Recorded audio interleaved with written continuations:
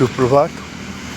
রোজকার মতন আজকেও নিসর্গের মধ্যে এসেছি কিছু ইতিবাচক বিচারের সংগ্রহ।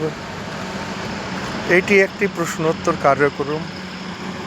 আমি প্রতিদিন প্রকৃতির সম্মুখ কিছু প্রশ্ন তুলে ধরি, আর প্রকৃতি রোজকার রোজ সমাধান করে।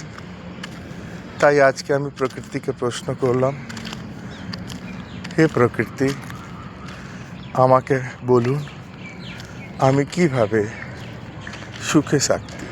সুখে থাকতে পারি। সেই পাখিদের গানের মধ্য দিয়ে ঠান্ডা বাতাস মাথায় ছুঁয়ে গেল।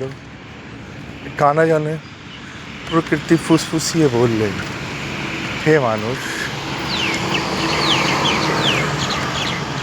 শান্তি কিন্তু কোনো বাইরে পাওয়ার জিনিস নয়।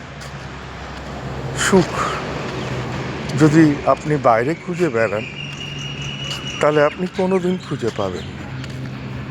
সুখটা একটি আন্তরিক বস্তু, যেটা কি কোনো জিনিসের কারণ নয়, বরং প্রভাব।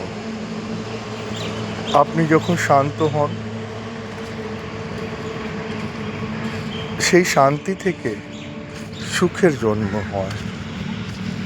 তাই আপনাকে রোজকার ঘটনাক্রমের মধ্যে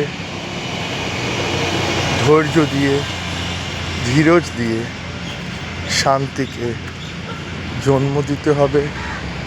আপনার ভিতরে যেন করুণা থাকুক, আপনার ভিতরে যেন ভালোবাসার একটি সমুদ্র হোক। সেটা দিয়ে যখন আপনি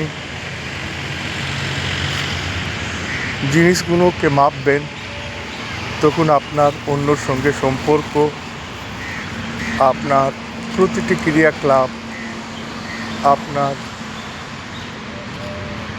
প্রতিটি জিনিস দেখার ভাবভঙ্গিমা, সবার থেকে শান্তির একটি ঊর্জা জন্ম নেবে। সেই ঊর্জা না আপনাকে শুধু খুশি করবে, বরং সেই খুশিটা এই বিশ্ব ব্রহ্মাণ্ডে ছড়িয়ে পড়বে। তাই বন্ধুগণ, আপনার সঙ্গে সাঝা করলাম রোজকার এইভাবে ইতিবাচক বিচারের জন্য। লাইক আর সাবস্ক্রাইব করুন।